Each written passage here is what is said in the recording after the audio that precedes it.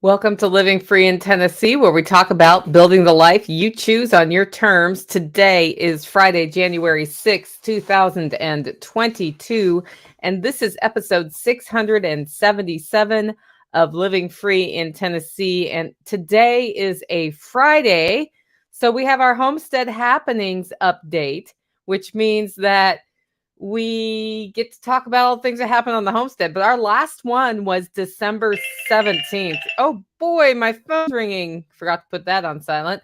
Anyway, my last one was December 17th. And so it's been a number of weeks. We've gone through some things here that, well, they were hard because nature, Mother Nature can be hard sometimes. And we are on the other side of it. So there will be a lot in this episode. For those of you watching this live, I just wanted to remind you that if you want to get a question or comment addressed, put it in all caps. And then at the end of the episode, after we've sort of signed off, we'll start phase 2. And I will do a Q&A show. I believe I have a few in email that were sent in. Folks listening to the audio podcast, if you want to get a question on the Q&A show, send an email to Nicole at livingfreeintennessee.com or go to livingfreeintennessee.com, click on contact. Those emails come to me. And for those of you who do go to the website, you're going to see some changes starting to happen over the weekend and into next week as we get ready to launch our spring workshop tickets. But I'll talk a little bit more about that later in the show.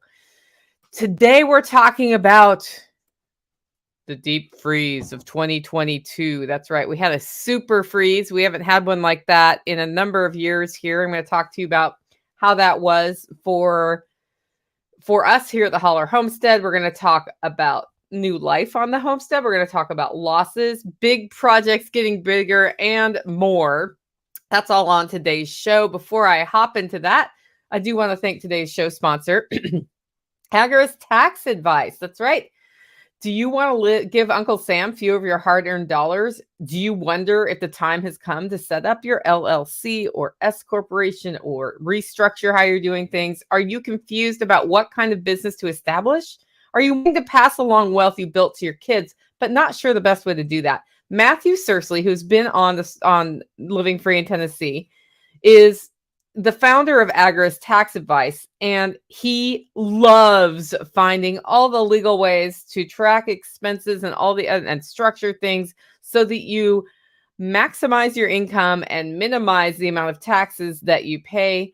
He understands how to stay on top of tracking the write-ups, to see new ways of organizing your finances, and all of that so that you can keep the money you earn in your pockets. Matthew has a broad knowledge of business finance, real estate and rentals, end-of-life planning, and a whole bunch more. He also has a crazy memory. So when he reads something once, he remembers it, which not everybody does. I know I'm not that person. I go back and read things a few times. And that means that when you bring up something obscure, if he's read that obscure thing 10 years ago, he still remembers it. And that's what makes him a great advisor for tax purposes. Check it out, agoristaxadvice.com/LFTN. That's Living Free in Tennessee, for those who don't know. Sign up for a free consultation. See if he can help you, because the other great thing about Mr. Searsley is that he doesn't want to work with people that he can't help. He doesn't want to just take your money. And I love that about him. He's been a good friend to the show. He's spoken at a number of our events and always with grace. So love that guy. Also, we have some coming events in January, February, March. January 14th at 9 a.m., Living Free in Tennessee Spring Workshop tickets go on sale. The Spring Workshop is the last weekend of April, but we only have 20 tickets going up, I believe, on January 14th, 9 a.m. Central. I will put them on livingfreeintennessee.com, and it's first come, first served.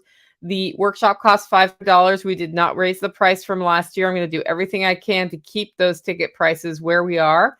And you can grab your ticket at 9 a.m. I anticipate they're going to sell out quickly. I've had a lot of people contacting me about the spring workshop, asking lots of questions. If you want to know who we have booked already, go to livingfreeintennessee.com. Under events, spring workshop, you'll see that there. The one that's not on there yet is Tim Cook. But I am updating that as we put things together. I have added a preserve it section. So we're going to talk about preserving food. I'm going to show you how. And in addition to the other speakers you already see there, we've got John Pagliano of Investable Wealth, Toolman Tim Cook. We've got a bunch of people coming in. Janet Szabo is coming in. If you're on our social networks, you've interacted with her. She's going to give a great presentation. I'm looking forward to it. So we're doing a little bit more hands-on on this one, but we will always bring in that small business startup, figuring out how to turn not profit into profit, figuring out how to get started on a side hustle, all of those things that we always talk about. And we have great food queued up, including venison roasts that came this year from right up in those hills. So it's going to be a great workshop. Tickets include food, beverage, and camping on site. The other thing is that I will be speaking at Next Steps in Atlanta, February 22 through 25. I believe I'm speaking on the 23rd or 24th. It's a Thursday, and it's next-steps.info. Each day is a different focus at that workshop. So we have health. I believe there is a financial or cryptocurrency focus. I'm not sure if it's cryptocurrency or financial. There's homesteading. That's the day I'm going to be speaking on. The whole purpose of that conference is to develop the counter economy so that we can trade with each other and help each other out in case things change in our current economy in a way we don't like it. This is my first time going to that event. They asked me to come speak, and I'm looking forward to tapping into a new network of people who I haven't met before. Of course, Derek Bros will be there. Tag from Life Done Free will be there. So I'll see some of my friends, but it's going to be interesting to see that whole group of people because they come at this from the health standpoint. I know a lot of people who listen to my podcast come to realize that our current systems in place in our culture aren't working. They're collapsing. The just-in-time fulfillment in our commercial systems, all of that is not working very well. Our political system's been broken for a long time. And you get scared. We worry about the economic impacts of decisions that are made by the government, all of that. But who influences the government? Corporations, right? There's corporations that influence them, other special interests. And something I've always, as an aside, I had some friends who were very freedom oriented who wanted to raise money and be the freedom lobbyists, right? Great idea, because that's what matters in lawmaking, not just in Washington, at your state level, at your local level. The money matters. The money matters. And then making it as easy for the politicians as possible by giving them draft legislation or draft policy. And then third, they don't like being embarrassed. So the one way to put pressure on them is in two ways, actually. Embarrass them or make it look like they're not going to get reelected. That's human nature. Anyway, it'll be interesting to see a new group of people who are coming at this from the health standpoint. And I come at it from the homesteading standpoint. I know a lot of people come at it from the financial and economic standpoint. And I think this cross-pollination is really cool. Now, tickets are on sale at next-steps.info. Use coupon code SAUCE10 for a 10% discount. Finally, selfreliancefestival.com has launched tickets. Those of you who've listened to my podcast for the last year know all about Self-Reliance Festival. I'm not going to go into it here because I want to get into the homestead update, but selfreliancefestival.com has tickets. And if Tactical Redneck is listening to this, there is a cat trying to get out of my studio that I did not know was in here. So if you happen to be nearby and you hear this, please open my studio door and let that guy out. Otherwise, you guys are probably going to see Tigger throw a huge fit on my desk as he walks in circles around my room. He's like, what happened? I was napping and I woke up and here I am and you're talking and I can't get out. Ah! This happens every so often. If it gets bad, I will stand up, open the door, and let the cat out myself. First segment in our show today, though, is forage, and this is where we talk about what we're finding out in the land. I have combined that with what we're growing because at this time of year, we're not growing a lot. We are growing some things. So we had a really deep freeze. It went down to 0, maybe below 0. I only measured 0 here. And a lot of that, for days, we were hovering around like 0 to 8 degrees, which is pretty cold for this. We're not built for this. I'm actually looking at building for this because it happens every decade or so. And I had these awesome cauliflower plants that somebody at Back to the Land Festival gave to me that were in my aquaponics system. So I was going to get cauliflower. You're hearing the past tense here, right? And they did not like to be that cold. Now, I had row cover over the beds. I did not put tea lights under there to help keep them a little warmer. I could have, but I decided, whatever happens, happens. And hopefully they make it. I ended up having to drain that whole system so we didn't mess up the plumbing of it.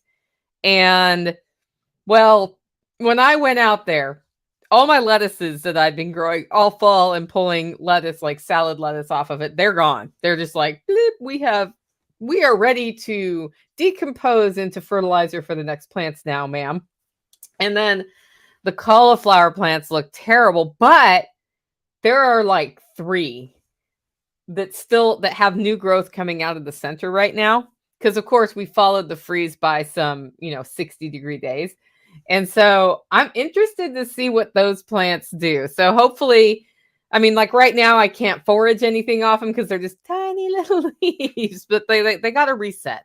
And we will see how that goes. That said, desperation rations. So if you are foraging right now, you are in desperation rations. It means you did not store enough food and it's awful early in the winter to be here. But if you were desperate for greens, you could go to the creek and you could get watercress right now. Yeah, I was pretty surprised too, because usually when we get a freeze like that, the watercress gives everybody the middle finger, retreats to its roots, and it takes a little bit for it to come back. But what it does is it does pull itself underwater, and the water is moving. It's a spring-fed creek that it's in, which means that was staying at 55 degrees during the freeze. It might have gone down a little bit because of air exposure, but where our watercress patches is where the water comes out from the side of the hill. So what I noticed is that there's watercress about 2-3 inches long. It's underwater right now. It's starting to poke up again because it's been nice. And I like to wait till it's 8 to 10 inches long to harvest it, because then I can harvest a bunch quickly, use it for a salad or whatever, and we're good to go. But if I was in desperation rations, I'd totally hit that up and use it for greens. The other thing that should be coming out that I haven't seen any of are mushrooms, because we had that freeze, we had some wet, and now it's sunny. And usually that cycle means oyster mushrooms. I haven't been up in the woods where I usually find oyster mushrooms, so we will see what happens with that. I hope to find some batches of oyster mushrooms this year, because I have 1 jar of freeze-dried oyster mushrooms left from last year's harvest.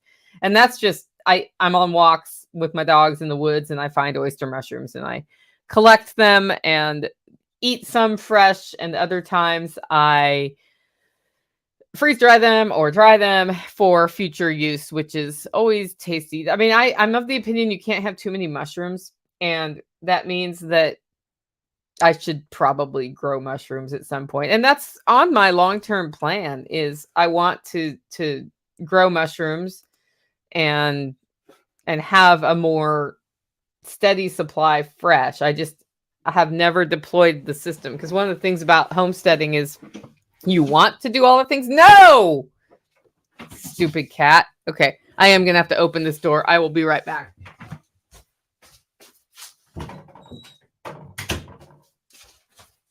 I usually do a sweep of my room for cats before I start, and that one was just, he was well hidden. He was about to push my lamp over, because once they go into cat Kong mode, they're just like, right? That's what cats do. Anyway, what was I talking about? Mushrooms. Okay, so on a homestead, you really want to start, like, part of homesteading is you get to learn new things all the time. I love it. And new things means new interests. And as a person who likes to start projects and not finish them, this is utopia for me. The problem is the not finishing them part. And then, of course, you sometimes have to, like, you become overwhelmed because you got too much to maintain. So I've been really focusing the last couple of years on, okay, I'm going to focus on the things that are bringing me results and that I truly love to do here and that are building towards a life that a lifestyle I like. And growing mushrooms means setting up a shelf with lighting and systems to grow said mushrooms, unless I do logs outside, which requires setting up the logs outside. And all of that is a thing, and it's one more thing to maintain. And realistically, I don't think I can add one more thing to maintain at this hot minute. So that's why I haven't started them. So that is the deal. Yeah, Tactical saying bets are open. Which cat? I know which cat it was, and it was not LT. It was T. T was being a little rear end, is what was happening. He usually just, when he comes in here to sleep, he sleeps all day. I don't know. I think it's because he heard me talking and he was like, she's talking. I have to be up and about. Back to forage. Totally not distractible today at all. Dandelion root, because it's underground. Jerusalem artichoke, because it's underground. Daylily tubers, because they're underground. All of those things that are underground and still alive can be eaten. And that is a great thing to tap into. Right now is a good time to harvest sassafras root. If you know where your sassafras trees are, all the good stuff's in the roots right now. Go get it. Go get it. It's also a great time to pollard or coppice your forage plants if you are in Tennessee, because they are semi-dormant right now. They've actually started coming back out of dormancy because we got warm again, but this is it. Trim your trees, man. Get it done. Get it done as fast as you can. And then, of course, some things you always have access to in winter, and that's like mullein. This is a cool thing about mullein, is it makes it through the freeze. Snow will be on top of it, and this plant comes out. I love mullein for teas, especially when I have an upper respiratory problem. And that's actually great that you can harvest it fresh in winter here, because in winter is when I'm most likely to have upper respiratory problems. And there it is right there. I do actually harvest and dry some every year, because just in case, well, hey, when you're sick, you don't want to walk outside necessarily foraging super far from the house for where the perfect mullein plant is. That's one thing. B, it's in the event that all the mullein decides to go screw off, everybody, we're out, then at least you have some. So that's why I store it. That's the forage update for the week. Next, we have livestock. It's the real reason you're all here, right? Because livestock is what we're all about this week. So, as you know, we have had a ewe on birth watch since Thanksgiving. I saw her udder appear. I've been reading about the whole process and timeline. They're like, once the udder comes, it's next 4 days. And so I was like, wah, pants on fire. We were like, okay, let's redo where we have them. And for realsies, we're going to have babies. And so I watched and I watched and I watched, and we had severe weather coming in. I'm like, that's when it's going to happen, is when it's severe weather. Nothing happens. And then we had super cold over Christmas. I'm like, it's going to be 0 degrees. That's when it's going to happen. Didn't happen. And earlier this week, her udder got big, like big. There was a marked change. And so it went from, this big to this big. And I was like, okay, that's probably what they mean by the 4-day udder. And so I counted 4 days from when I saw that, and I put a big red circle on my calendar, and I was going to write, you is due. And then somebody interrupted me, and I didn't. So I've had this mysterious red circle on my calendar all week that I'm like, something important is happening Friday. That's today. Didn't know what it was. Finally figured out what it was and why it was there. But that's not when the lamb was born. What happened is Wednesday night, I noticed midday Wednesday, like she had a much more marked waist, which means that the lambs had dropped, and it was like, almost basketball size indentation up high. But I didn't see signs of labor, and I've seen a goat go into labor, and I was like, well, she is sort of standing separate from the other ewe in that pasture, but they still are interacting. She's still eating.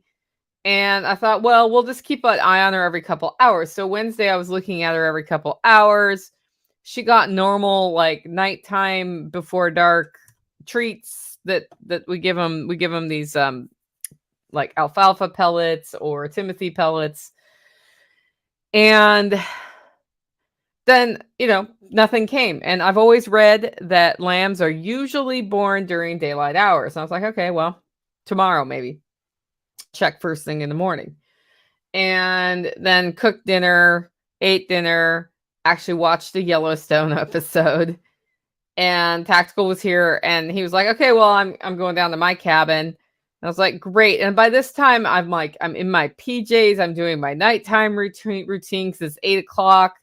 And, that's when I'm like, okay, make sure everything has water, like the animals, the water filter, brush my teeth, like do all the things you do to wind down. And then I sit down with a book to go to bed to just turn the brain off. And Zello pops up with, Nicole, we have a baby. And I was like, okay, I'm in my PJs. And the number of times I have ended up outside at night in my PJs because something's going on in the homestead is numerous. So I was like, okay, I'm going to at least put shoes on or whatever. And it's cold out there right now. And then I thought, I know, I'll ask a question. And I asked Tactical, do we have a baby that needs help? Like, is it urgent that I get out there? And he was like, no, it's walking around, like drinking milk and stuff. And I was like, okay. So changed clothes so I could actually have my PJs be not disgusting from rolling around in the dirt.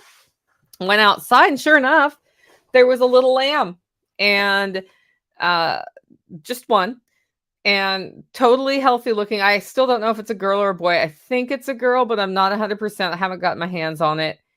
And took a few pictures. Mom didn't look like she was in distress. She gave birth away from the shelter we had out there for her. And there was no straw near there, and it was going to go below freezing. And so Tactical brought a bale of straw out. We put some more in the shelter. We put some kind of near where she was. But we didn't want to get too close because we didn't want to interfere with the process in case there was another lamb. And then we went back he actually came back to my house. And I was like, well, let's wait an hour and check again. And he checked a half hour later. Well, we both checked a half hour later. And there was a second lamb and it was not running around. And so I tried to resuscitate it. The mom had licked all the stuff off so it could breathe. I tried to resuscitate it. It was DOA. So we had one live birth, one stillbirth, and the two are bonded.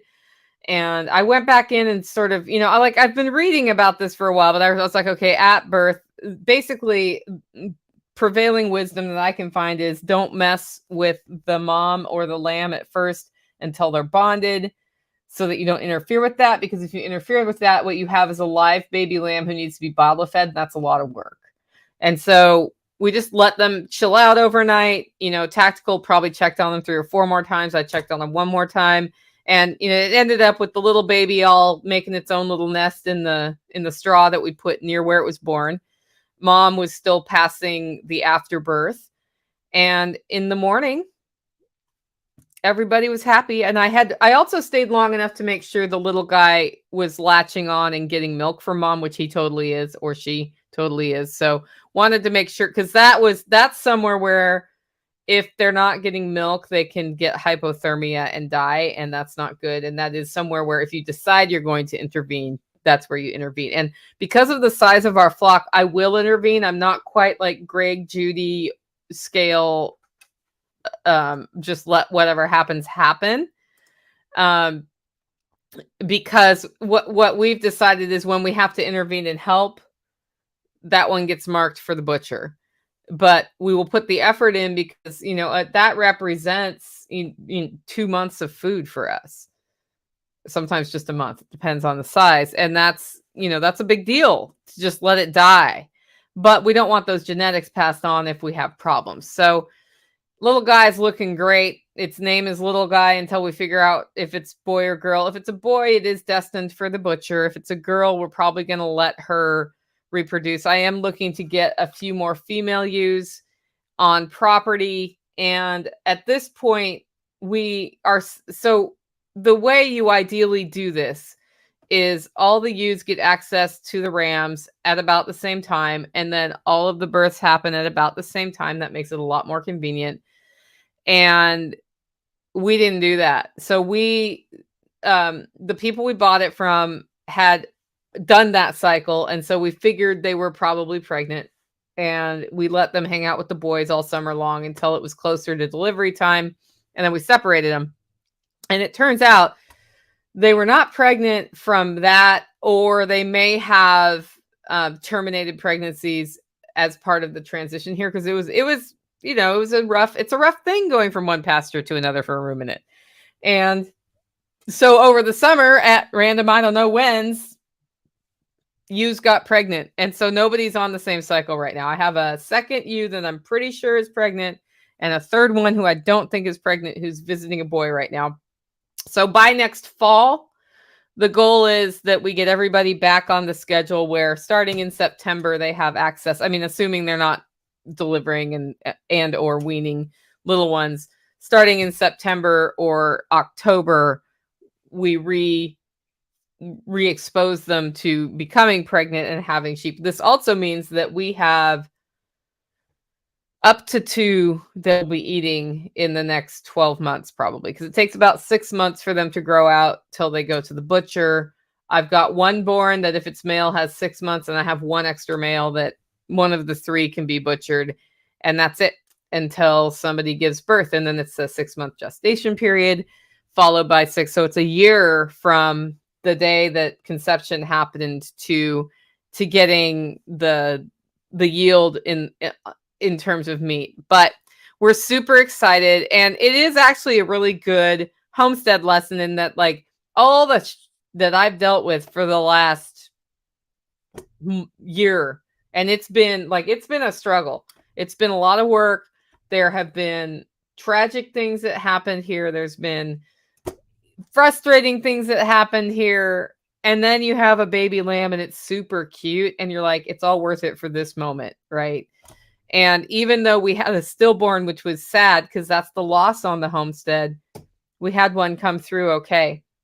And hopefully we'll have more out of ewe number 2. The rabbits are bred, we think.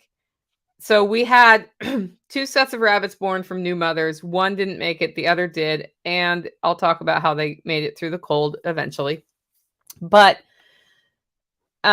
we give rabbits one chance to not be good moms, which that other one has had that chance. We gave her a chance to rest and recoup, and then she's been bred again. And then I have a white rabbit that I haven't been sure if it's her or the boys, but we keep putting her in a pen with a male, and she's not pregnant. So she's doing 2 weeks, and if nothing happens in 3 weeks, she's going to be moving on, and we will replace her with a different mother. So the white rabbit's on probation, and we'll see. And I have them, I don't have them all giving birth at one time. I have them on rotation on purpose because I don't want to have all of the activity at one time in the rabbit hutches. That's just me. And then they come due for harvest at a staggering rate, so that we're not doing all like, it's not just one busy day, it's a few every week for a couple weeks. So that's happening. Ducks are still not laying eggs. I have never had my ducks not lay eggs this long ever in the history of ducks on the homestead. And I'm seeing a lot online, people saying, WTF, why isn't my flock laying? So a lot of people are having either lower or no egg production, and it's weird. It's also deep winter, and it was really cold. We are actually looking in the coop to make sure that we've really dealt with the rat problem that we had earlier this year, because it could be that rats are scaring the ducks and they're just not laying eggs. But my khaki Campbells usually lay. I'm not expecting my Muscovies to lay right now. It's not the season for them, but it's weird. And I told Tactical, like, if this doesn't break, we're replacing the ducks, is what's going to happen. And I don't know if they got exposed to something or if they aged. I've never had ducks age out where they don't lay. Like, my ducks are on the older side, but they aren't that old. Like, the old chicken is still laying and they're not laying right now. So it's just weird. Brownie, the ram, he's a St. Croix ram, is for sale. He's the one who we will process if we don't sell him, but he's a St. Croix with West Coast genetics, and he would be worth, if you're looking at starting a herd, he would be worth it. He'd be definitely worth the investment. He's got good genetics, and I'm throwing that out here on the podcast first in case anybody's looking to start sheep. And then the pigs are getting listed for sale. I've sort of announced that they're for sale on the podcast, gone back and forth with a few people. We're actually putting them out on the wider network for sale, starting probably over the weekend or into next week. I have, there's like this balance of how many web posts a person can do in a week. I've not really posted them before. We had LB up for sale, but not Lady, and somebody wanted them both, and we weren't ready to sell them both. And that was the last time they were posted for sale. And now I'm like, they should just go as a pair or not as a pair. If Lady doesn't sell, we will probably have to make the hard decision and bring her to the butcher. I will probably bring her to the butcher because she's that big and I don't want to deal with it. She's bigger than any pig I've ever processed, and I've processed some pretty big pigs. They have better equipment for that. So hopefully I don't have to do that because she's a great pig mom. She's a great mom. She's like impressively good mom. She's 100% Idaho pasture pig, by the way, which means she can forage and she's a good forager. So if anybody's interested in her, let me know. Harvest Meals is our next segment. This is where we talk about what we're cooking. All of the cooking I'm doing right now, and for the past 10 or 11 days, has been crockpot cooking. Because of the big bathroom remodel project of 2022-23. And it's just been, it's busy in January anyway for me because I'm doing a lot of foundational work for the year, this, just for the annuum. And then we add a remodel project that's gone long, which we'll talk about under infrastructure. And my wood stove is where I would usually be cooking right now, but it's not cold enough to run my wood stove like that. So crockpot it is, and low and slow it is. The one I wanted to highlight this week is, you can do low and slow with lamb and venison and beef, and you kind of end up with a lot of sameness if you're not trying to actively be creative. And what that means is that, well, I've been having a lot of sameness. I tend to spice a roast with cumin, garlic, onions, rosemary, or cumin, garlic, onions, sage, or cumin, garlic, onions, oregano, right? Just simple. Sometimes I'll add some hot peppers in there, maybe throw some tomatoes in there, let it go low and slow, salt and pepper to taste, and it's always good. But we've had a lot of like slow cooked food. And so I decided to spice things up this week. And I had some red curry that I got at this new Asian grocer they're not new, but they're new to me in Cookville.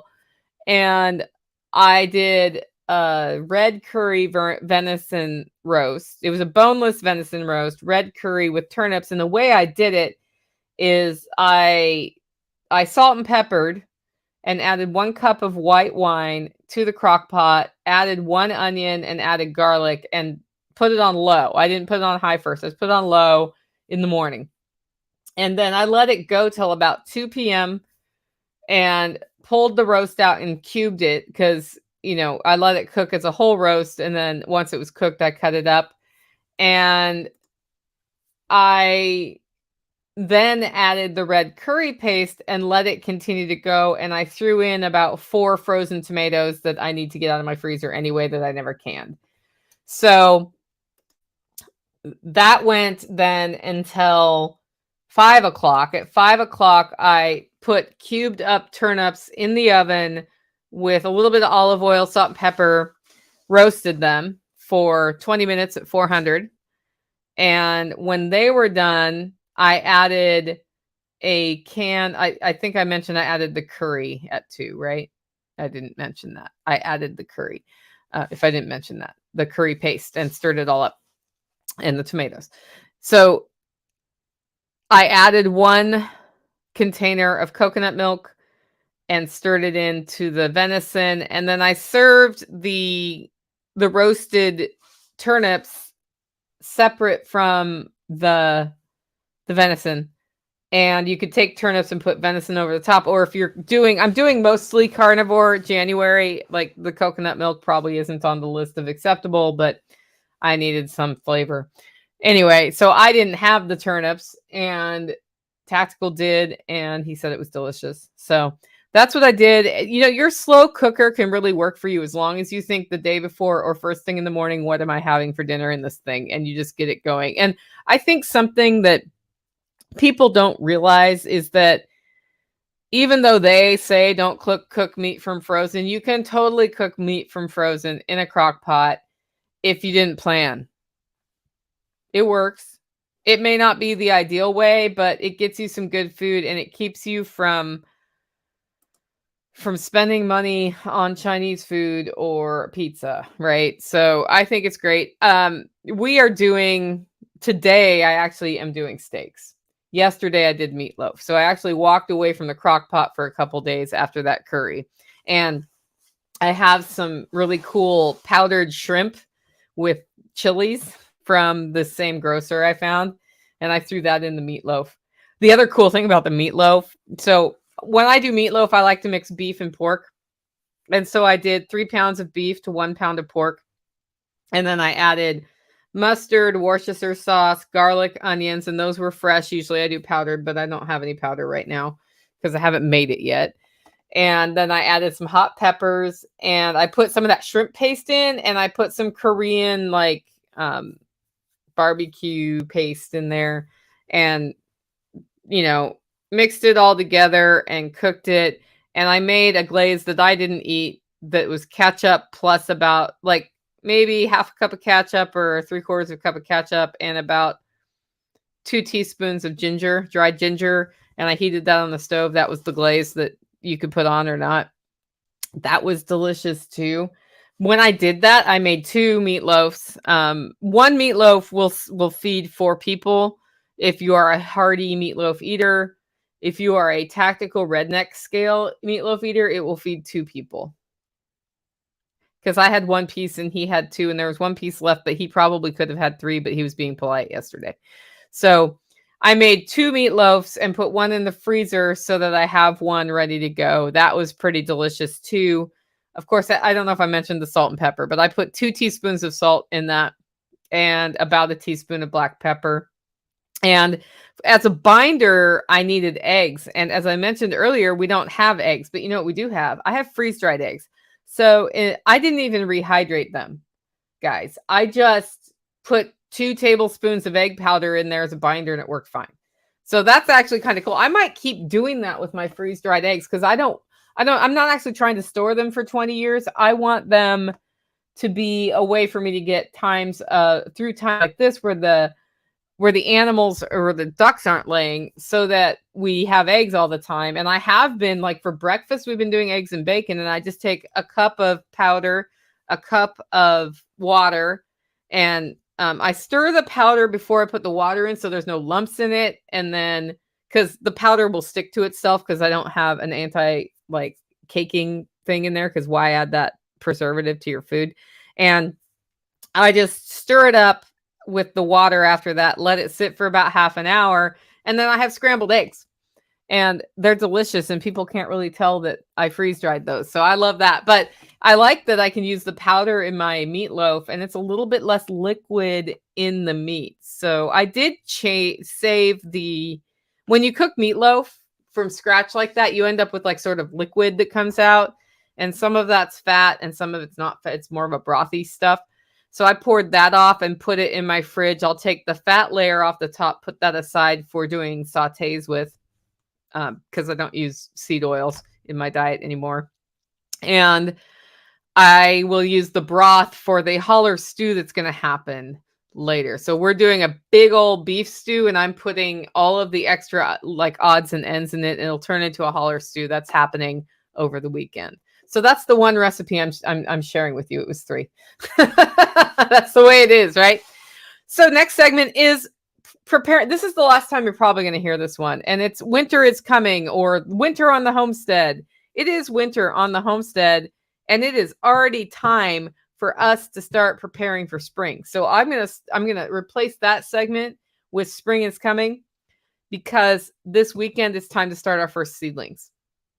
Yep, it's already time to start the first seedlings. If you have not planned your garden yet, you really should, or you should at least know what your early spring plants are. Because I'll try broccoli and cauliflower and cabbage. Again, I'm traditionally terrible at raising them because we get infestations of cabbage bugs, and diatomaceous earth does not work. Cornmeal is supposed to work. I'll try that again. We'll see. But last year I actually successfully did get cauliflower. And what I learned is that the sooner I start it, the better. So I'm going to start the seedlings, and we're going to get those going. And if they work, they work. And if they don't, I'll plant something else there. And then I'm also already ready. I'm already ready to start a whole bunch of other stuff. So we'll be talking about that on the normal podcast. But we just had, as I said, that crazy time, 5 days where we didn't get above freezing, and we were darn near 0 degrees for a lot of it. And we're not built for that. And our animals aren't used to that. And so there was a lot, like in the Homesteader Network, there was a lot of fretting about frostbite on combs of chickens and how to treat animals. And we actually decided, I was like, okay, I know I'm going to be tempted. Like if the lamb gives birth, if the lamb is born, I'm going to be tempted to bring that inside in a dog crate because it's that cold out. And I really don't want the lamb to die. And that's like the worst day to be born, right? Wasn't born that day, thank goodness. But what I did have was rabbits that were under 2 weeks old when this happened. And I knew the mom would try to keep them warm, but that's some pretty extreme cold. And I have already lost 3 of that batch to cold. It was a batch of 5. And that was partially my fault because their nesting box wasn't warm enough for them. And I think they got cold from underneath. So I was like, okay, I got to figure out how to get rabbits in my house. And of course, if you went to any feed store or livestock store, it was like right before Christmas, so people were Christmas shopping, and it was panic. Oh my goodness, cold is coming, and I still haven't bought my stock tank heater buying, and like people were just there. So I bought a bunch of straw, and I looked for I keep a pet rabbit cage, and I did find one at PetSmart, and it was $130, and I didn't buy it.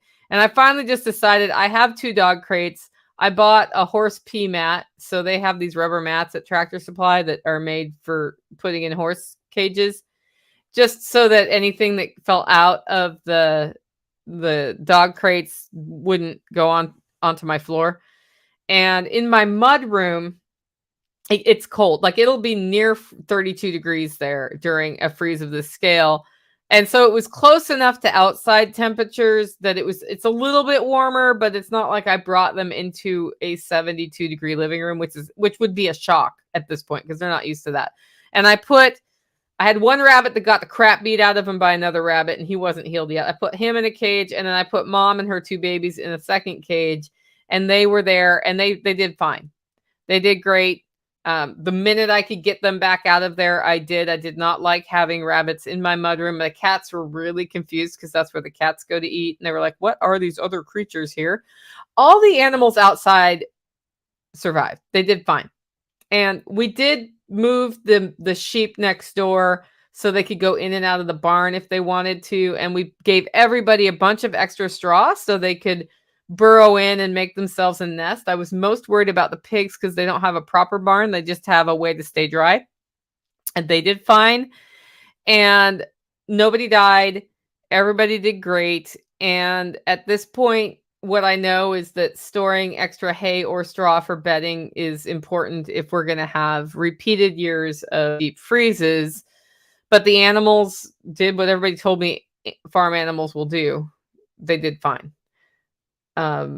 not surprising. And I haven't really heard people having a lot of losses as a result of this freeze. It might be impacting part of why the ducks didn't lay eggs, but here's what my ducks did. So we didn't add any supplemental heat to the duck coop. We just made sure they had deep litter available, and they have feathers and they can keep each other warm, and it's shelter so they don't get wind or rain. We would let them out in the morning and they would go straight to the pond, which is spring fed, and they would sit in the pond right where the spring was coming out, and it was 55-degree water. So the ducks know what to do. They like to hang out in water during these cold spells, and I don't worry about it. One year there was a whole freeze that happened and everybody told me my ducks were going to get frozen to the pond and die. This has never happened here in the history of here, that pond has frozen. Well, history of me being here, and I've been here for 15 years. That pond doesn't freeze because it's moving water and it's 55-degree water, and sometimes we'll get a little ice around the edges, but ducks aren't that dumb. They're not just going to sit there and let themselves be frozen into ice, but they are, I mean, they know if I swim here it's warmer and I want to be warmer, so they do that.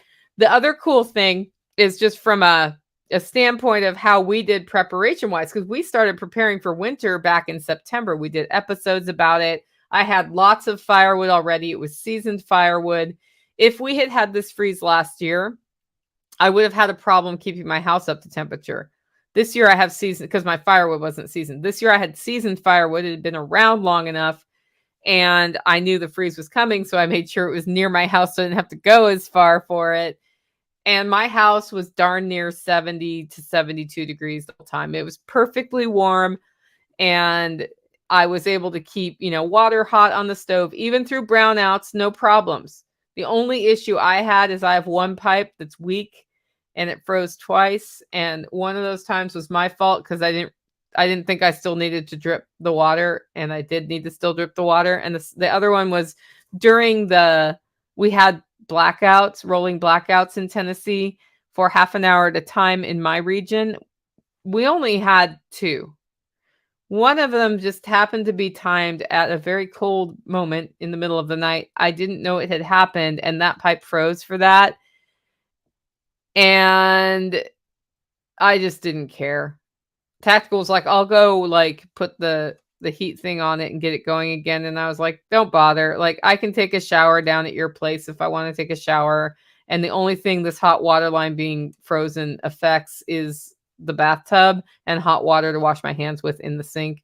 And then later that day, when the sun hit that part of my roof, it came clear anyway. So that was the scale of what it was. It was really cold, and the way we were doing chores was go out and do chores for about 15 minutes, come in and warm up, go out and do chores, even with lots of warm clothes. We are also not built for 0 degrees here, guys. We're not used to that at all. And so we just kept chipping away, and it did great. So I think the biggest lessons learned from the big freeze is that the animal water is a pain in the patoot when it freezes here. And we're looking at ways that don't involve stock tank heaters to keep better access to animal water. The 2 things I can think of is access to the moving water in the pond and creek is actually kind of cool because those don't freeze. But some of the animals we can't do that with. Stock tank heaters are definitely part of the solution. Tactical is looking at other things he can do. He used a new system with the rabbits. I think it was heat tape. And we used those greenhouse heat mats for the rabbits too, to try to keep things warm enough for them so they weren't getting cold from up under the cage, because they are free hanging. I'm sure they would have made it without them. They actually chewed through the cords and they ruined 2 of my heat mats, so have to think about that too. But their water only froze once, and it was because we blew a breaker and the heat tape turned off. And other than that, they were fine. Their water is not dishes in their cage. It's actually a system that's fed with a bigger water tank. I think he may have had a stock tank heater in there too. I don't know. Oh no, he had a pump moving the water. So that's how he kept that going. So we're really looking the goat water was a problem, and it ended up with all the ruminants. You had to bring them water, and then later in the day, pour the ice out, the hunk of ice, right? And then put new water in. And that's doable, but not ideal. Like if we had a 3-week period of time like this, water would have been the thing around which our day revolves. And that's like my first year here when I didn't have any way to keep water from freezing. So we made it. Winter is here. And next week we will talk about what we're doing to get ready for spring, because it's like literally, if you haven't worked on your garden yet, guys, it's time to think about spring. Next segment is Holler Neighbors and Community. We had all the help over the freeze from Holler Neighbors. We're really thankful to have great neighbors. But the other thing is, my next door neighbor, Steve, came over and taught me how to cut very accurately the wainscoting paneling for my bathroom. So pretty much all the neighbors have been involved in my bathroom, my easy bathroom remodel at this point. And also a number of people from the LFTN community, because my easy bathroom remodel that I was going to do between Christmas and New Year's changed in scope. And it's this happens sometimes when you're doing construction, and almost every time when I do it here, I pulled things apart. There was rot. I think somebody had once told me there was rot, and I was like, just cover it up so I don't have to think about it. Well, we had to pull out everything and re-put in floor joists and reframe a wall and this and that, and yeah. So everybody's been involved at some point in this project, and it's almost done. So I am very, I think about if I had taken this on alone with no community and no friends in my life, how much harder it would be. I think, within the next week, I'll have my bathroom back. I don't know specifically when in the next week. Christmas and New Year's was fun as a Holler neighbor. We did Christmas over at the Eversoles. Had a great time there. They made this snowman cheese ball that was really good, and Steve sent me the recipe link for that, so I'll probably try to do that next year. And then for New Year's, we did game night, and we had a great time playing games. It was nothing crazy, no big parties and hanging off the rafters. It was just good fun. And it's really nice to have people living near you who you like. And a lot of people are hesitant to know their neighbors. I think it's important to know your neighbors. And then in the LFTN community, Toolman Tim did that 24-hour stream over New Year's where he brought in a whole bunch of content creators. Well, I started looking at the list of content creators, and it's y'all. There's a whole bunch of you who have podcasts who were doing that, and I thought that was pretty cool from a community support standpoint. Next segment is infrastructure. This is where we talk about what we're building on the homestead. We are testing. So back to the rabbit cages. Tactical's been making rabbit cages, and it's frustrating for him. And we've been looking for a way to not have to make rabbit cages, basically. So he found $30 rabbit cages at Tractor Supply, and he bought one of them to see, will this work? And he brought it home and he put it together. He's like, looks like it'll work. And he's testing them now. So we'll let you guys know as we learn about the rabbit cages, like, are they really like what we want them to be? Will they serve the way we want? Are they durable enough? And if they are, then $30 for a rabbit cage ain't bad, for one that works for raising rabbits. And it's, it's not like free from materials, which I know other people do, but sometimes you don't want to do the thing, and that's the thing we don't want to do, right? It's like literally the thing we don't want to do. I do think we are going to schedule a fencing workshop, and where I've been having trouble wrapping my head around it is how to schedule it. Because if I say 3 weeks from now, we're having a fencing workshop, first of all, I don't think I'll be here 3 weeks from now. But secondly, we have, if we have terrible weather come in, ain't nobody want to be outside learning how to put in fencing, right? But like today, you can see the sun's coming in my office. It's hitting my hand right here. And it's beautiful. Today would be the perfect day for a fencing workshop, really. Tomorrow it's going to rain like cray. So I think the way I'll do this is more like okay, the weather outlook looks good for this coming weekend. We're doing a fencing workshop. It'll be more impromptu. And if nobody shows up, nobody shows up. If somebody shows up, somebody shows up. So it'll be sort of a short turnaround time for that workshop. But what we're going to show is how, like, lessons learned from electric fencing. We're going to show how to properly stretch a fence. You'll get to actually stretch a fence. No, this is not to finish my fencing, by the way. The way we're doing it is we will show you how to stretch a fence, and you can stretch your own piece of fence, but it's actually somewhere where it's easier to do that than where I actually need fence stretched. Because I think one of the skills that's really important to learn is fencing if you're going to have a homestead. You can pay somebody to put your fencing in.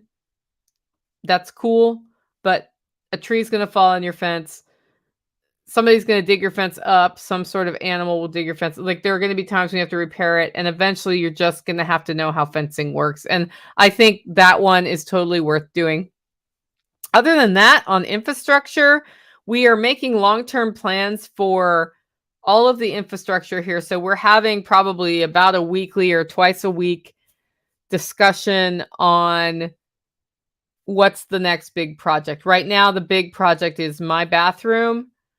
And then the next big project is I'm going to spend some significant time in my workshop building, purging things down there. But after that, it's sort of like a now what? And rather than just sort of without a focus go into now what mode, we decided to just sort of look at the state of everything, like the pump house, my house, the cabin, the workshop, the fencing, the garden beds, the food forests, the animal infrastructure, all of it, and start making that list. Like, there's some things we need to do with chimneys. There's some things we need to do with roofs. There's some things we need to do with gutters. I want to get a patio poured out here. I want walls for Taj Mahal, by the way, removable walls. So there's lots of I wants, and then there's some, it's maintenance. And then there's some, holy cow, we better fix that stuff. And we're laying it out in priority order. There's an aquaponics system that needs to be built before spring. And doing one at a time, or there are actually, like, we know the next 3 all the time, right? So we know the next 3. And other than that, we are not really working on the other ones, but we know they exist so that we can do it in the big picture in a way that makes sense. Duck coop? No, I want a chicken coop, Steve. Hey, Steve, are you joining the stream when we do Q&A? Because we're almost there. I'll email you the link, which means I need to pull up my email. I don't like to look at email when I'm doing this because I'll be like, what? You want to sponsor Self-Reliance Festival? Oh, wait, I'm supposed to be doing a live stream. Anyway, so that's all becoming, like, I used to just shotgun everything because I felt like everything got messed up, right? Like, all at once, panicking, need to fix everything at once. Like, this is leaking, that's breaking, that's sparking, all of it.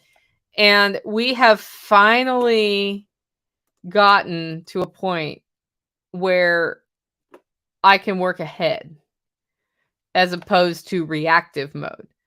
And it's taken years. Like, there was a lot of years of I just don't know what the heck I'm doing, right? And I just figure stuff out. And this place was pretty dilapidated when I moved in. But it's been a focus for 3 years to do some things and to get some benchmarks made. And we're at the point now here where I can work ahead. And I'm super stoked about that because it's a little less stressful now. It's a little less stressful, which is nice. And I want to keep it that way. Okay, Steve, I'm going to send you the link. It's going to be a total subjectless email. And Tactical, I guess I better send you the link, and it's going to be an email too, because I don't have Telegram open because it makes noises, and I don't like noises on the live stream. And then I guess the last thing under infrastructure is it's time for spring planting already. It's January, which means it's time for spring planting. and we are getting like this happens every January. There's these days that are nice in January, and when the days are nice, it's actually you just kind of go out and start getting beds ready. I'm starting with seedlings. I may direct sow some stuff out in the garden at the end of January, and that's usually like peas and things that I put in. And that's where I start playing seed roulette. So seed roulette is when you put seeds out, knowing that you have more that you can put out, and if a frost comes, you put more out. And you start putting them out on a cycle, and eventually one of those wins. And sometimes what happens is you get the benefit of actually my January pea seeds worked. And when that happens, actually, guys, in Tennessee, because it gets so hot all at once here, you get more peas. So that's kind of cool. Our last segment of the day, which means anybody who wants to join the live stream from the Holler Neighbors should log in soon, is finances. So I spend about $100 on straw, get ready for the freeze. And that tells me I need to source either hay that I'm comfortable, like more Timothy hay. This year, Timothy hay was so expensive, though. It would have cost more than the straw I bought, or I need to source straw for bedding to be ready for a freeze. And we have really old hay in the hay loft, but we don't really like giving that to the sheep for bedding because they might eat it. And if I could just give them more Timothy grass for bedding, I'd probably do that. But Timothy's too expensive right now too to justify that. So straw it is. So now we have all this straw bedding that the animals have been in. And because I bought it at the store, I'm not putting it in the garden. Ask me why I'm not putting it in the garden. Nicole, why are you not putting it in the garden? The reason I'm not putting it in the garden is I don't know what that straw has. I don't know if it has glyphosate or any other herbicide on it. So we'll be making like a mound of this and seeing if it composts, and then testing that compost. And if that compost is viable, like, you do the bean test where you take the compost, put the bean in and see if it grows, then I might think about putting it on the garden. But as far as I'm concerned, commercial straw is tainted, and you got to be really careful with it because some of that stuff they put in there can be really a long lasting problem. So anyway, and then last thing under finances is we did find, with the help of Trisha, who has moved to the area recently, a soy-free feed for poultry, because MPS Farm no longer makes soy-free feed for animals. They don't like making it, and they don't like the product they get when they make it, and they decided to stop doing any soy-free feed. So that means I can't use MPS Farms anymore, because the most important thing for me in my feed for my poultry is no soy. I'm worried about that than the GMO thing. I'm more worried about that than organic. I'm worried about the soy. I do not want soy in there. 100% do not want it in my animals. So we found we're actually going with coffee, which is KOFFI, and it's in Kentucky. If you look them up, you will see them. They do a delivery to our area once a month, and if you order enough at a time, they'll just deliver to your farm. So we're using them for now. They use a protein I'd rather not have because it's a fish-based protein, but I'd rather have that than soy. And I really hope to figure out how to put together shipping from another state for a peanut-based feed or another feed of that quality. So far, I just haven't found, like, people have sent me recommendations on feeds and they all have the same fish protein in them. And I'm not into that. And if I'm going to do that, I'm just going to give my money to coffee at that point. Right. Because they are what they are. Anyway, that is the homestead update for the 6th of January, 2023. Did I say 23 or 22 this at the beginning? I don't know. Anyway, I will do that all month long. That is the update. If you like the show and want to support the work I'm doing here, you can do it in 2 ways. 1, get your coffee at hollerroast.com. 2, consider becoming a member. Membership information is all over at livingfreeintennessee.com. With that, guys, go out, make it a great week.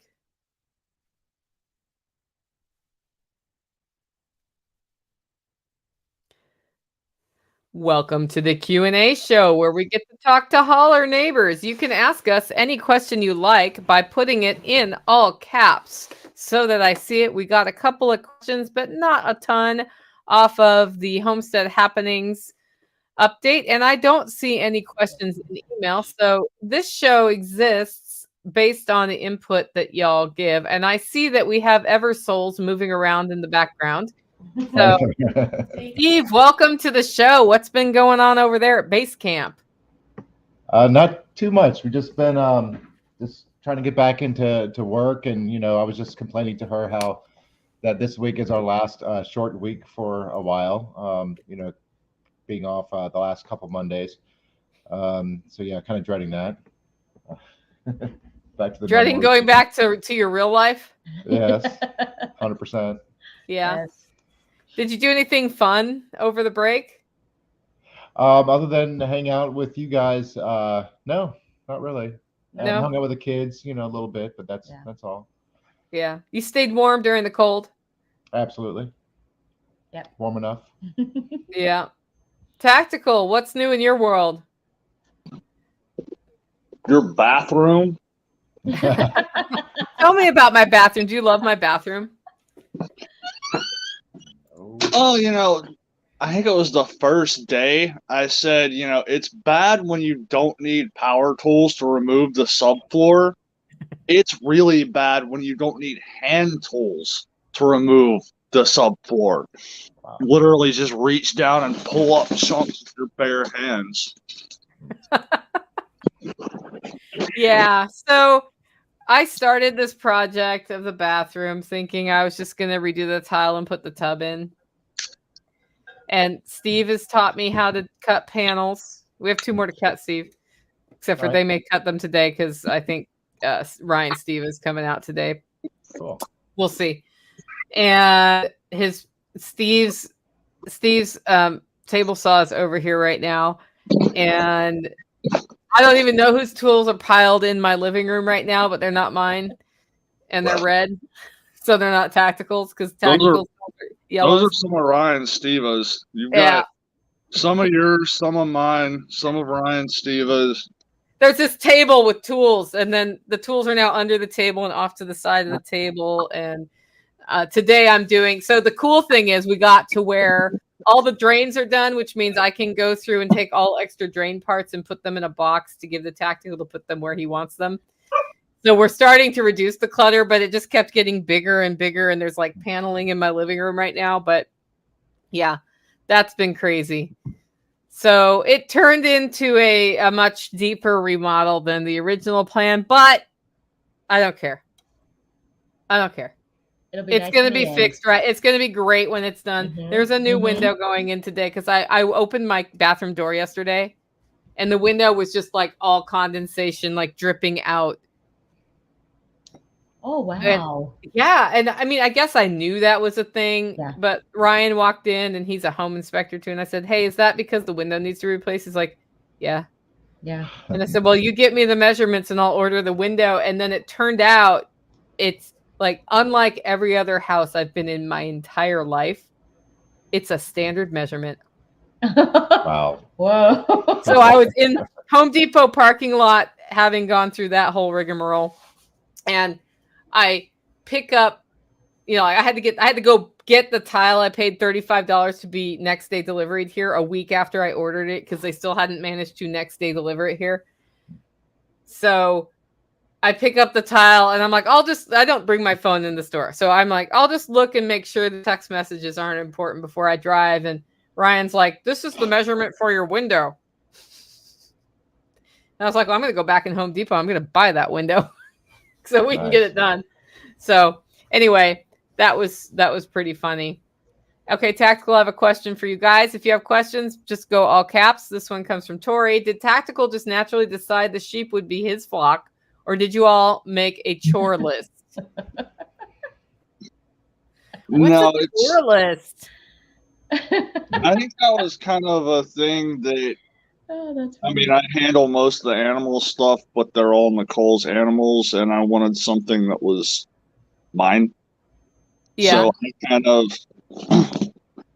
took on, most of the financial side of all the portable fencing I've been paying for and all that kind of thing. So, I mean, it's kind of a situation too where it's because of the way our community in the holler is, there's still input from everybody. So definitely, I mean, Nicole is a lot better with any type of first aid stuff with the animals, but there's also an aspect of like with the fencing, I can do with fencing what most people would take 3 or 4 times the amount of time to do. Yep. So before we got the sheep, I was like, I'm so overwhelmed. These are yours. I'll help, but they're yours. And so I'm more involved with the sheep now than I thought I'd be.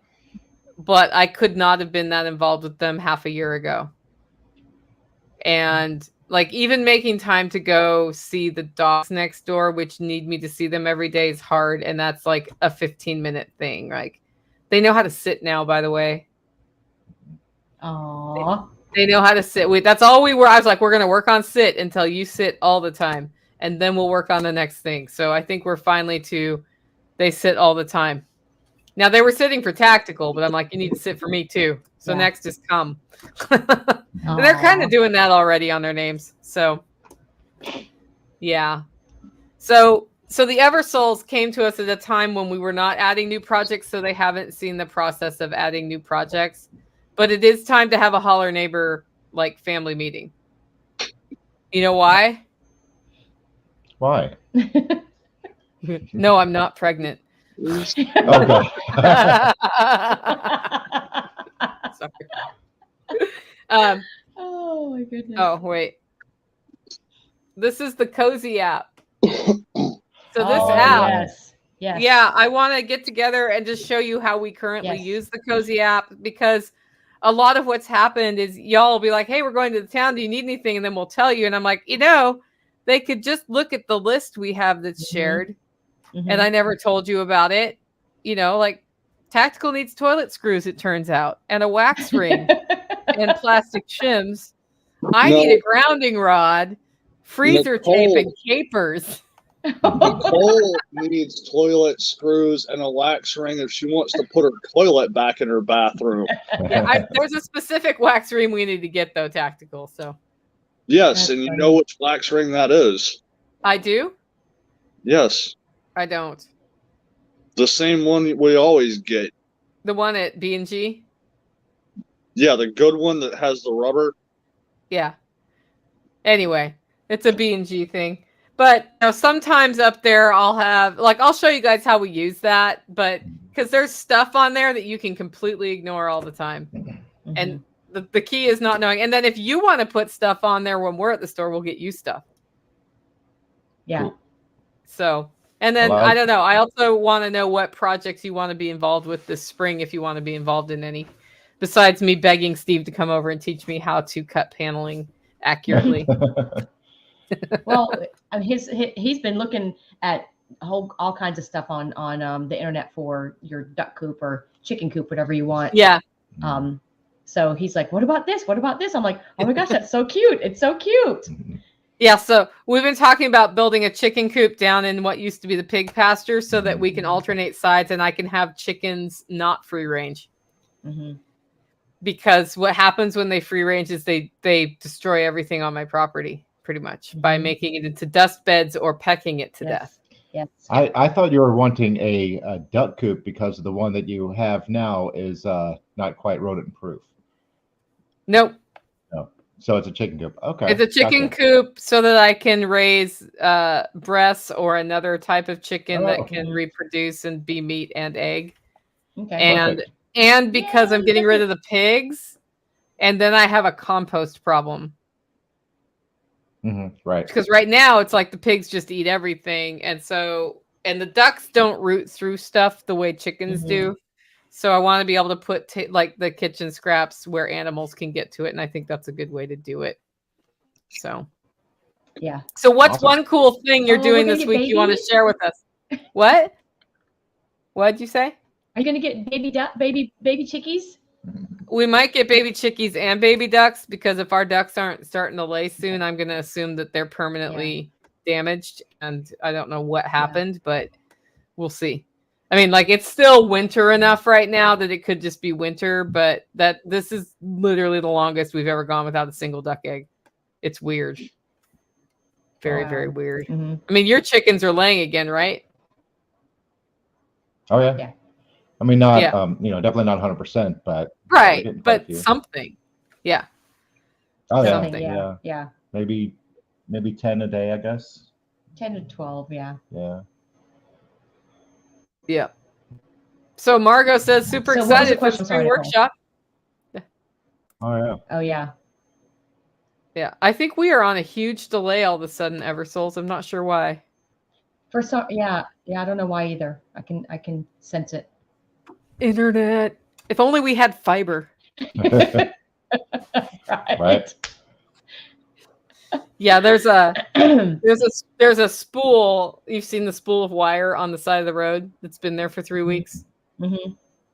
Mm-hmm. We're like, is that an abandoned spool of cabling? I know. Well, do they know that's there? Somehow the empty spool ended up in base camp over here by the porch. I'm not sure how, but it's. Oh, you're gonna paint it and make it look cute? It might end up being maybe. Mm-hmm. Yeah. Yeah. The actual fiber line is there and it's in place. And I happen to know a guy with all the tools to splice into it. So, if they don't hurry up and actually drop the connection. Somebody else will. That sounds pretty cowboy to me. Well, I was looking at that spool. I was like, Tactical, do you want to make that into a table? Because I'm sure they don't want that spool. Like they have a spool problem, right? I'm sure. So it's good that you guys got that and are turning it into a table. But man, that cabling looks like it could be useful for a thing or two too if they don't come get it. Well, yeah, I think that cabling, that's like the guy line type stuff, isn't it? Yeah. So it's like, what would you use something like that for, Tactical? Depends on whether I just want to have fun or not. Zip line. We could put a zip line going from here. Put a zip line on top of George's, top of the sheep pasture, all the way down to the wash. Yeah. Yes. But or from actually, I was too. Yeah, I was actually just looking at the wire over at the pasture because there used to be an electric line going from the cabin over there down to the barn, and it's severed. So I'm looking at getting that back up. Yeah. For a wide variety of reasons. If you want that empty spool, you're welcome to it. We're probably not going to do anything with it. So. So we've been offered spools a number of times because we have an electrician friend who gets his hands on spools too. Yes. And right now, with all the clutter, I don't need more clutter. And that's what it'll sit there as it'll be an intended project that never happens. Yeah. Yeah. And so that's why we don't have spools here right now. But if you guys are going to make it into something, I think that's awesome. Because I was like, maybe this is the time I actually can make the spool table I keep saying I'm going to make. The other option is put one in with the goats and see what they do with it. Right, exactly. Yeah, that's good. Yeah. Okay. Next question is I want versus I need could be a whole discussion on its own. Yeah. I don't know what that's in reference to, K-Bonk. But that is a thing. Like yesterday, here's an example. I try to make my language accurate with the word need because we use the word need and for things that aren't needs. And Tactical didn't eat very much yesterday during the day, did you? Not a whole lot. Here's why. Because at 11 o'clock every morning, I'm like, I'm making breakfast. Do you want some? And I make breakfast. Did I do that yesterday? No. No. Why? I was not here because I went on a simple trip that turned into most of my day picking crap up at hardware stores. So, well, just because every time I was coming home, it was like, and we need this other thing. And I'm like, they're getting a lot of work done. I'm going to go to the store. So I got back and I had just eaten summer sausage on the road. I just brought some summer sausage with me. And I was like, are you hungry? And Tactical's like, not really, which means he's trying to be nice and not make me cook, I think, breakfast in the middle of the day when it's off schedule. And so by the end of the day, I think the dude was super hungry. Correct? Yeah, by dinner, I was actually fairly hungry. So then I'm making meatloaf, which, as you know, takes forever. You know, you got to put it in the oven for an hour, whatever. So I make the meatloaf. I put it in the oven. We're on track for 6 p.m. dinner, maybe 6:30. And I know he's probably about ready to eat his arm at this point. Because, you know, you got to eat a lot of food to maintain his chubby figure. And so I'm like, are you hungry? He's like, oh yeah, I'm ready to eat. And it was 5 o'clock. I just put it in the oven. And I was like, I said, do you need appetizers? And I was like, wait, no, my question is, do you want appetizers? Because I know he's going to say no to do you need it? And that's not really what I want to know. He will survive without appetizers, but he said no anyway. So there were no appetizers. There may have been appetizers at his house. I don't know. But yeah. Anyway, I was underwhelmed by how much meatloaf he ate yesterday. In summary. Oh, wow. I was really surprised because it was 3 pounds of beef and a pound of pork, which is 4 pounds total. Mm-hmm. So I expected him to eat at least 3 of those 4 pounds, and he did not. He ate 2 of them. Wow. I know. Other people are like, how can you eat 2 pounds of meatloaf?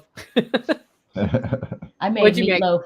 I made meatloaf the other day with beef and this pork that you gave me, the big bag of pork. I had a little bit left. But I put it in little muffin pans. Like that's, I don't know. I like big meatloafs, but I like to actually put it in the little like muffin pans and have your own little individual muffins of meatloaf. So that's what I made actually like a couple days ago. Cool. Are you guys on carnivore this month? Oh, they just cut out. Or I cut out. I don't know which. Again? Are you on carnivore this month? I think it was us. Oh, yeah. Yep. You sticking to it? Actually tracking our weight and stuff now, too. Yes. Oh, yeah. Yes. How's that going? Yeah, we're doing we have a chart with. Good. Yeah. We have a chart, like we have the scale that measures your body fat and your bone density and your water weight and stuff. We just got that a couple weeks ago. And which is not accurate, I don't think, but yes, it is. Anyway. It is or it isn't. I don't know. I think it is. I mean, if the scale weight goes down, then it's definitely accurate, right? Yeah. So we started. If it goes up, it's totally not accurate. Then we're gonna throw it in the garbage. Yeah, not working. Sorry. Yeah. Yep. So every Friday, we started this week, of course, after New Year's, because New Year's Day and the day afterwards were holidays.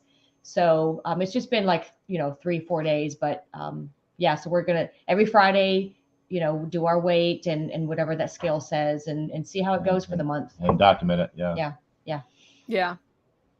Cool. So if we do a holler dinner, it's carnivore dinner. Yes. Or if we go to El Lago, it's carnitas all day, right? Carnitas all day, exactly. Call me if you want to do Mexican. Yeah, I will. I might. We'll see. I'm going into Nashville Sunday because the symphony's doing symphony things, and I'm going to go look at them do symphony things. But okay, cool. Yeah, and there is there's a really good show on this weekend. Yeah. Okay. Well, we're going to Cookeville, I think, tomorrow. So if anyone needs anything from Cookeville, so okay. See, that's why we need to show you the Cozy app. Right? Yeah. Yep. I'm probably going to Cookeville tomorrow too because of the bathroom, but we'll see. Oh yeah. We'll see. I don't know. I think I might actually be into tiling this weekend, but I'm not 100% sure right now. Because right now, there's a whole bunch of little things where The paneling has to be just right. I want all of the walls painted before the tile and the grout goes down so that any little drips go on the subfloor.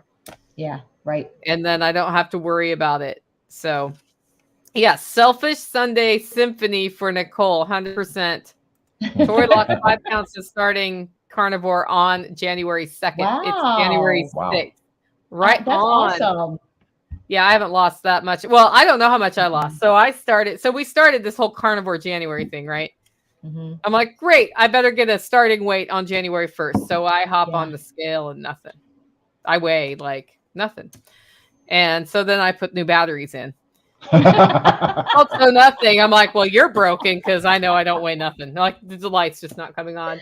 You know, the worst month of the year to buy a replacement scale is January. Yeah.